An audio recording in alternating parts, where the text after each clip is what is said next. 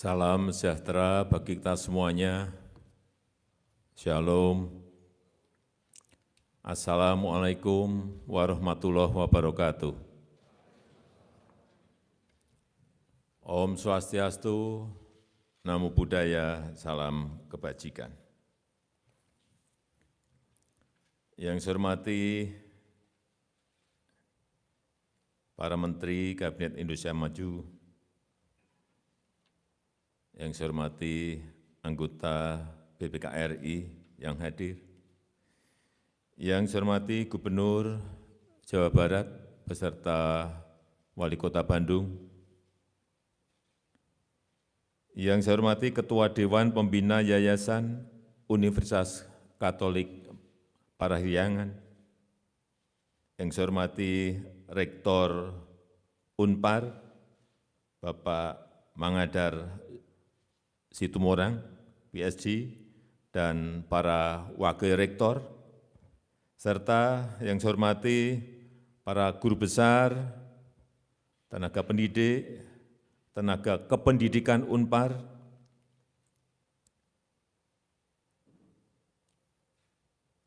para mahasiswa, ketua alumni dan para alumni, serta mitra Unpar, Bapak Ibu, hadirin undangan yang berbahagia. Pertama-tama saya mengucapkan selamat Disnatalis yang ke-67 kepada seluruh sivitas akademika Universitas Katolik Parahyangan.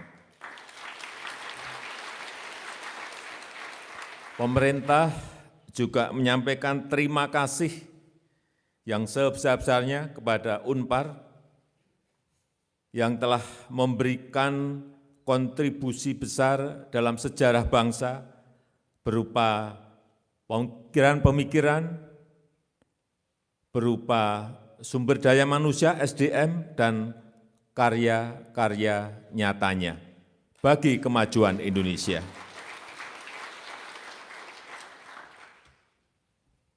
Bapak Ibu sekalian yang saya hormati, saat ini adalah betul-betul saat yang sulit, saat yang tidak mudah, saat yang tidak gampang bagi seluruh negara, bagi semua negara, termasuk negara kita Indonesia. Sangat sulit.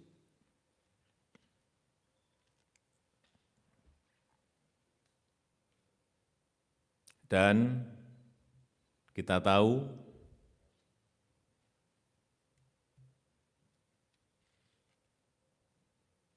revolusi industri 4.0,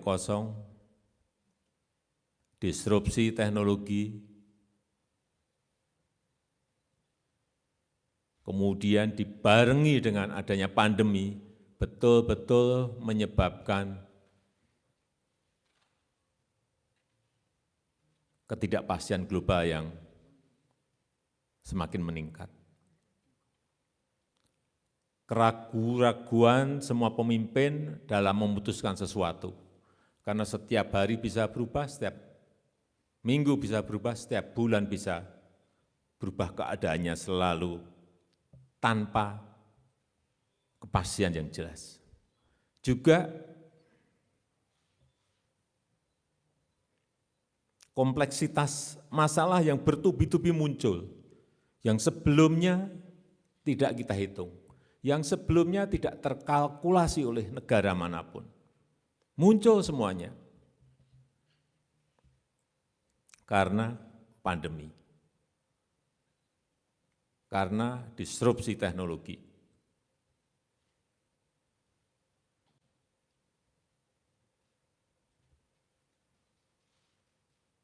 Kelangkaan energi yang tidak pernah kita hitung muncul di banyak negara. Kelangkaan pangan sudah mulai muncul di beberapa negara.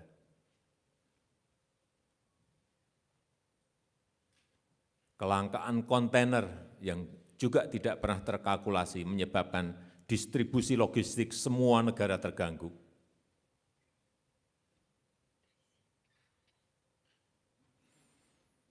Dan juga kenaikan inflasi yang nggak pernah kita perkirakan muncul di semua negara. Semua negara takut yang namanya kenaikan inflasi. Juga kenaikan harga produsen. Karena semua bahan baku naik, ada kenaikan harga produsen. Yang nanti imbasnya akan menyebabkan juga kenaikan harga konsumen. Hal-hal seperti inilah yang menyebabkan kompleksitas masalah menjadi bermunculan terus-menerus. Sehingga diperlukan sebuah kepemimpinan global yang bisa membuat semuanya kembali menjadi pasti. Inilah yang sangat tidak mudah. Dan saat ini kita menjadi keketuaan di negara G20, negara dengan GDP terbesar di dunia. Inilah yang tadi saya sampaikan, sebuah keadaan yang tidak mudah. Tapi kita patut bersyukur COVID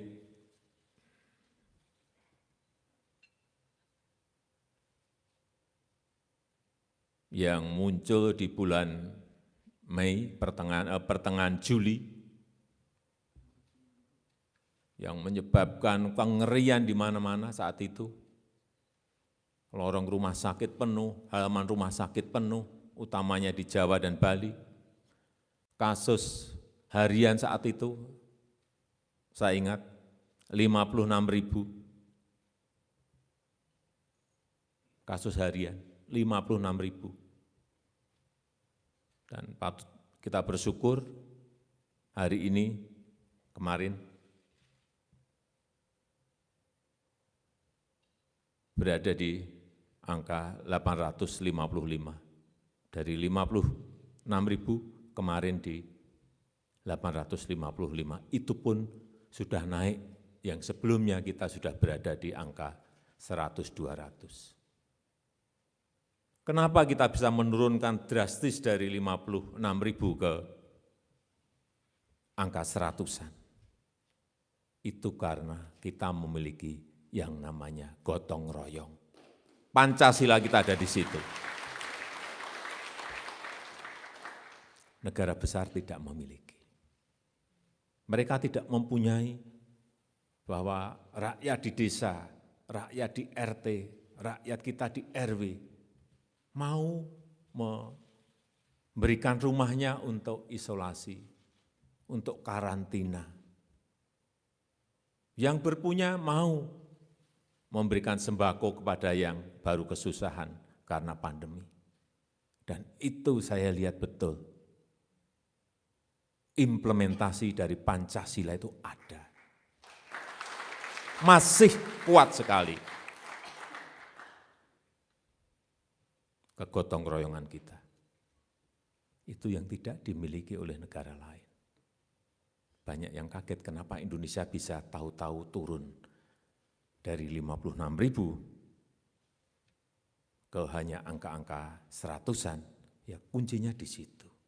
Semuanya bergerak. Pemerintah pusat, pemerintah daerah, TNI, Polri, organisasi-organisasi rakyat,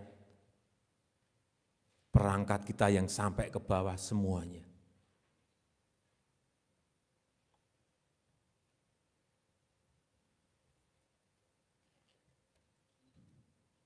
Dan saat ini 30 provinsi telah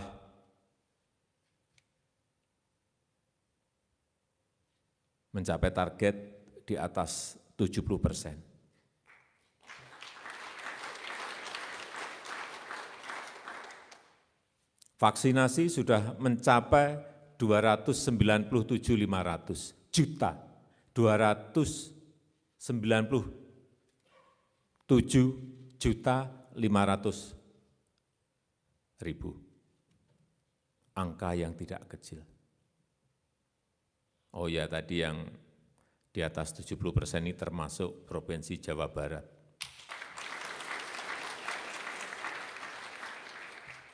Karena tadi Pak Gubernur bisik-bisik ke saya, Pak, Jawa Barat sudah 83%. Ya.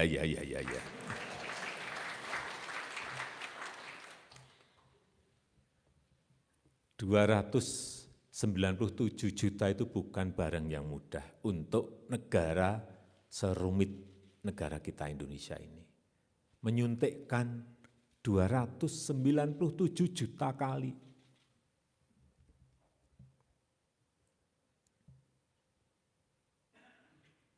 Ke 17.000 pulau, 514 kabupaten dan kota, 34 provinsi, bukan barang yang mudah. Ada yang harus naik perahu, ada yang harus naik sepeda motor untuk naik ke gunung. Bukan barang yang mudah.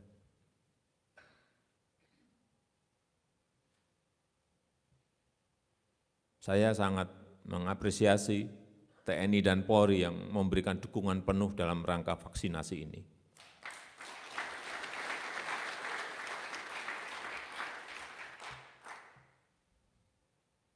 Dan kita ini vaksinasinya nomor 4 di dunia.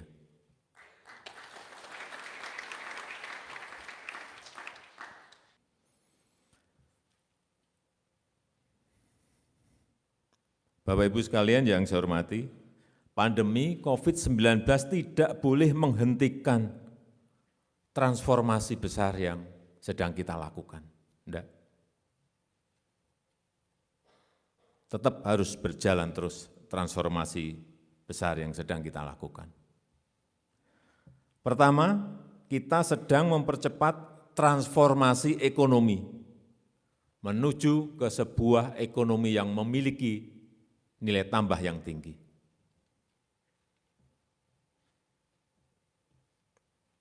Sudah berapa ratus tahun kita, bahan mentah kita kirim keluar, utamanya ke Eropa, sejak zaman VOC, yang kita kirim selalu bahan mentah, yang selalu kita kirim selalu raw material. Oleh sebab itu, sejak 2020 saya sampaikan, nggak bisa kita terus-teruskan, stop. Ekspor nikel kita stop, bahan mentah nikel stop, harus diproduksi di negara kita sendiri, baik menjadi barang jadi maupun barang setengah jadi. Tapi jangan bahan mentah, jangan raw material. Tahun ini akhir nanti juga akan sama. Boksit stop. Nggak ada lagi ekspor bahan mentah boksit. Tahun depan lagi stop. Yang namanya ekspor bahan mentah tembaga. Nggak ada lagi. Kita ingin nilai tambah itu ada di tanah air, sehingga selain memberikan penerimaan negara yang semakin besar, berupa pajak, berupa royalti, berupa penerimaan negara bukan pajak, juga bisa membuka lapangan kerja yang sebesar-besarnya untuk rakyat kita.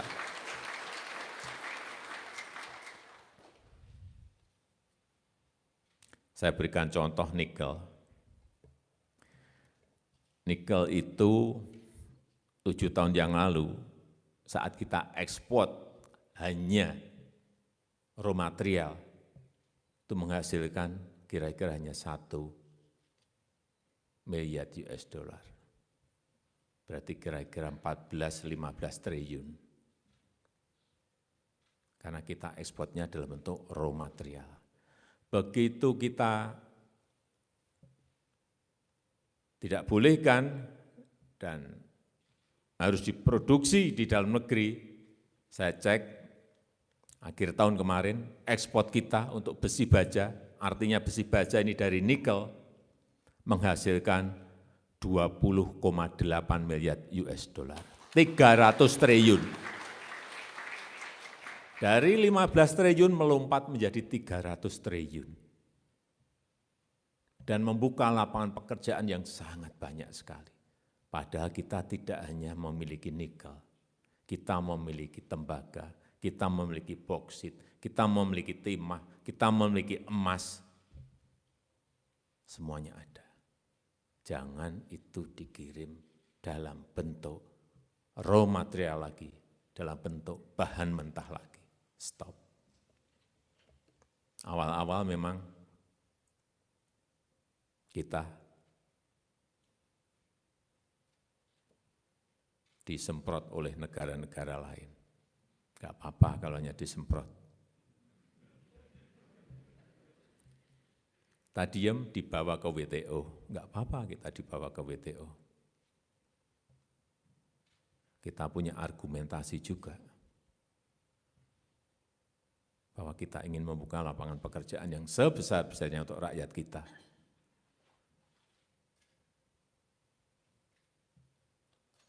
Enggak tahu menang atau kalah, ini masih dalam proses di WTO.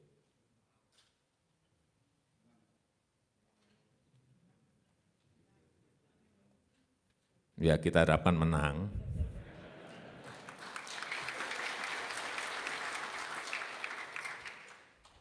Tapi yang jelas nggak akan kita hentikan. Meskipun dibawa ke WTO, stop boksit tetap jalan. Stop tembaga nanti tetap jalan.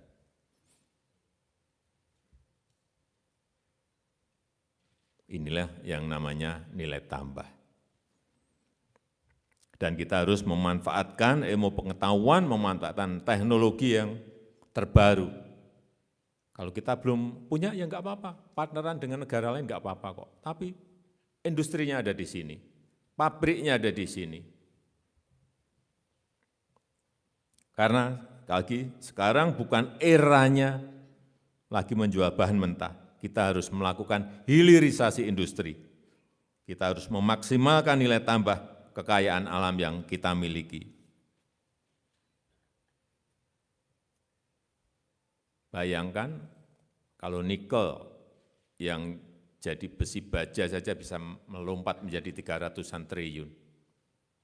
Itu enggak tahu, mungkin baru 1 atau 2 turunan. Nanti kalau turunannya sampai ke 10, ke 11, ke 12, nilai tambahnya berapa. Boksit juga begitu. Saya kalkulasi kira-kira juga hampir sama. Akan dapat berapa penerimaan negara dari ekspor-ekspor yang kita lakukan. Yang kedua, kita juga segera akan bertransformasi menuju ke green economy. Green economy. Produk-produk hijau yang memiliki nilai tambah yang tinggi, karena ini akan semakin banyak diminati di pasar global. Yang ramah lingkungan, yang telah menjadi budaya baru yang didukung oleh ekosistem hijau di dunia. Sudah mulai sekarang di Eropa, kalau membeli produk ditanyakan, apakah ini dihasilkan dari produksi yang energinya dari energi hijau. Mulai ditanyakan. Dan kita sebetulnya memiliki kekuatan di sini, kita memiliki modal besar untuk menghasilkan produk-produk hijau. Karena energi hijau kita miliki. Potensi energi baru terbarukan kita 418 gigawatt. Berarti 418.000 megawatt, gede sekali.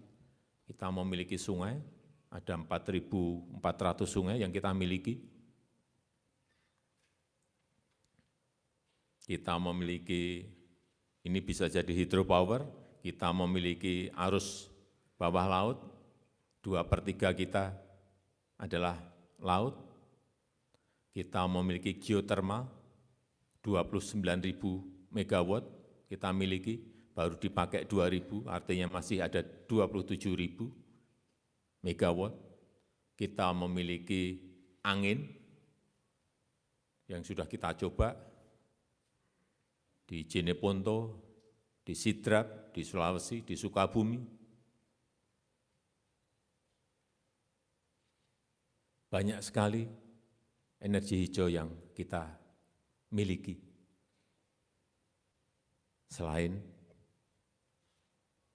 energi fosil, batu bara maupun dari minyak. Saya berikan contoh sungai saja untuk hydropower. Kita memiliki 4.400 sungai. 2 sungai saja, Sungai Mamberamo di Papua itu bisa menghasilkan kurang lebih 23.000 megawatt. Satu sungai. Sungai Kayan di Kalimantan Utara itu bisa menghasilkan kira-kira 11.000 megawatt. Hanya 2 sungai. Kita memiliki 4.400 sungai. Bisa kita bayangkan betapa modal besar kita untuk bisa menghasilkan produk hijau itu sangat gede sekali. Dan saat ini juga sedang dibangun kawasan industri hijau di Kalimantan Utara. Kalau ini berhasil, kawasan industri ini seluas 16.000, ini akan menjadi sebuah gerbang bagi Indonesia baru, yaitu menjadi sebuah negara industri yang besar, yang patut diperhitungkan oleh dunia. Akan menjadi pintu gerbangnya ada di situ, di kawasan industri hijau di Kalimantan Utara. Dan semoga ini dalam waktu 4-5 tahun itu sudah bisa diselesaikan untuk yang tahapan pertama.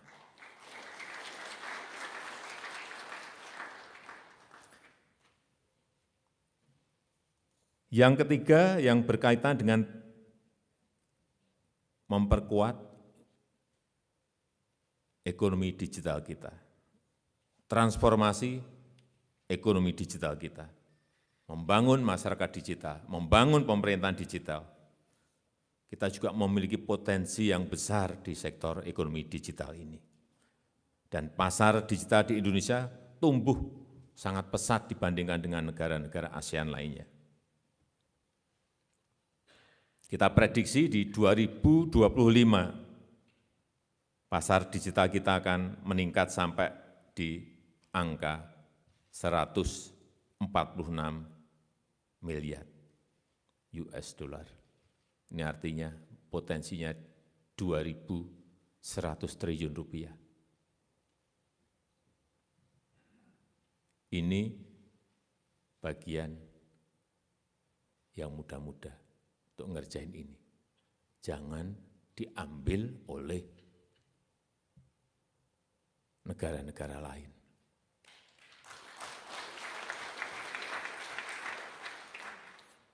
Dan Indonesia memberikan kontribusi signifikan bagi ekonomi digital di Asia Tenggara.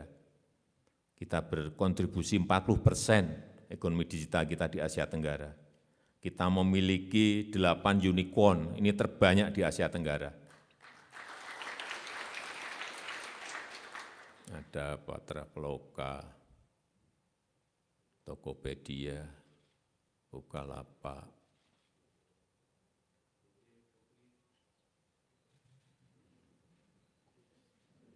apalagi, dan 1 dekakon kita, yaitu Gojek.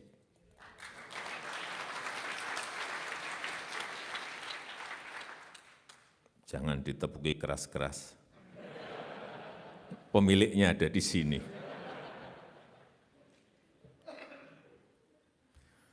Pemerintah terus membangun infrastruktur yang akan mendukung transformasi digital kita ini. Di 2021 telah dimulai proses konstruksi satelit multifungsi Satria 1. Kemudian pembangunan BTS yang mulai dilakukan di 12.500 desa dan kelurahan yang belum memiliki akses 4G. Farming dan refarming spektrum frekuensi radio yang telah dilakukan untuk optimalisasi kualitas layanan jaringan 4G dan pengembangan jaringan 5G, dan untuk menjalankan program analog switch off.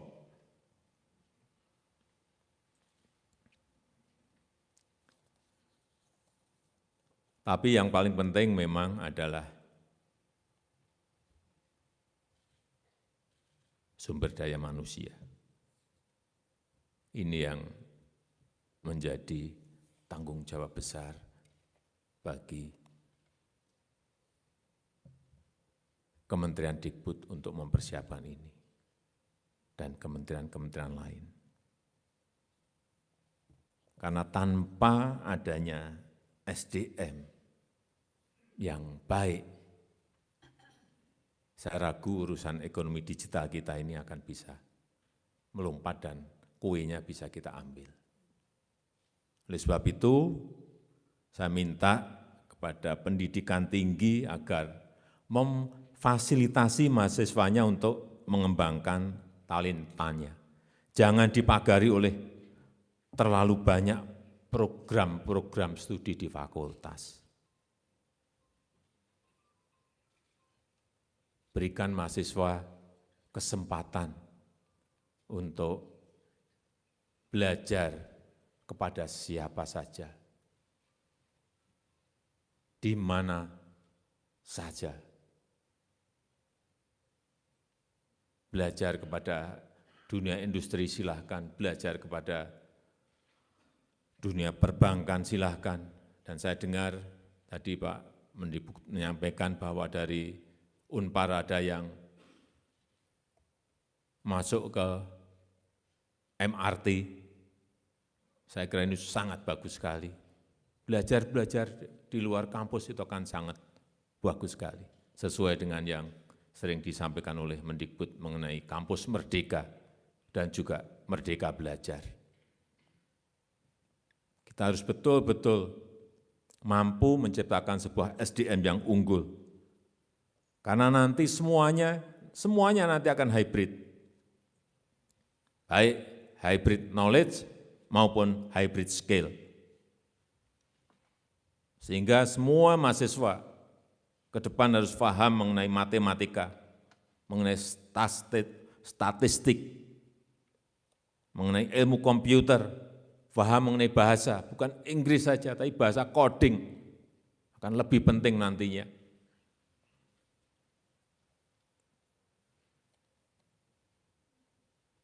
Oleh sebab itu mahasiswa harus disiapkan untuk selalu siap belajar. Karena perubahan akan muncul setiap hari, perubahan akan muncul setiap minggu, perubahan akan muncul setiap bulan, akan berubah terus dunia ini.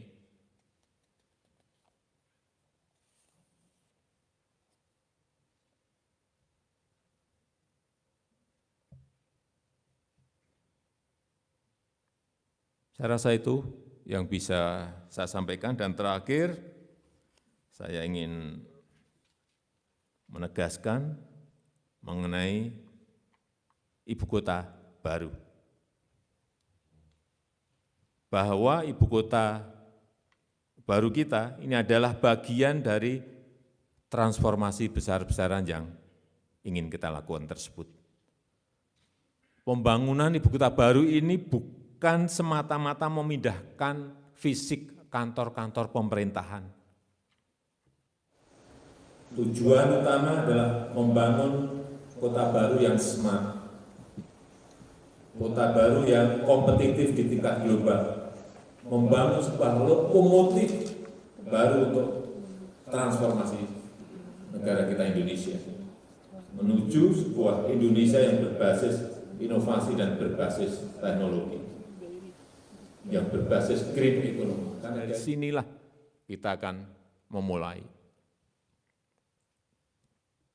Secara fisik, pembangunan ibu kota baru di Kalimantan Timur ini harus dijadikan momentum untuk membangun sebuah kota yang sehat, kota yang efisien, kota yang produktif, yang dirancang sejak awal, dan warganya kemana-mana dekat, warganya kemana-mana bisa naik sepeda, kemana-mana bisa jalan kaki, karena zero emission, yang menyediakan pelayanan keamanan dan kesehatan, serta pendidikan yang berkelas dunia.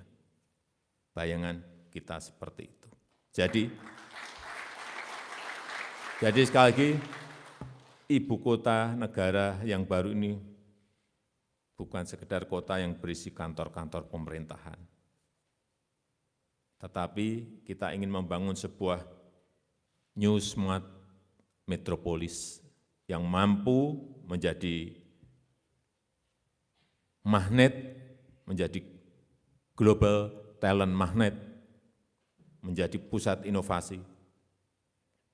Dan saya mengharapkan kontribusi keluarga besar, Unpar, dan perguruan tinggi di seluruh Indonesia untuk memberikan kontribusi dalam transformasi Indonesia ini, memberikan kontribusi melalui SDM unggul, melalui inovasi, ilmu pengetahuan dan teknologi, melalui karya-karya nyata untuk kemajuan Indonesia. Sekali lagi, selamat Dies Natalis ke-67, Universitas Katolik Parahyangan, teruslah berinovasi untuk kemajuan negeri. Dirgahayu the Great Unpar.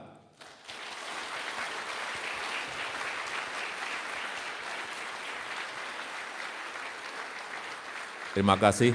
Wassalamualaikum warahmatullahi wabarakatuh.